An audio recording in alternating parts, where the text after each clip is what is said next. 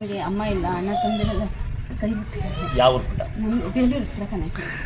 ಹಂಗಾಗಿ ಮುಟ್ಲ ನಿನ್ನ ತಂಗಿ ಅಂತ ಕರೆಯರ್ಬೇಕಿತ್ತು. ತಂಗಿ ಹಂಗಾಗಿ ವಿಡಿಯೋದ್ರಲ್ಲ ಎಲ್ಲರೂ ತಂಗಿ ತಂಗಿ ಅಂತಿದ್ರಲ್ಲ, ಹಂಗಾಗಿ ನಾನು ಕರೀಲಿ ಅಂತ ಬಂದೆ.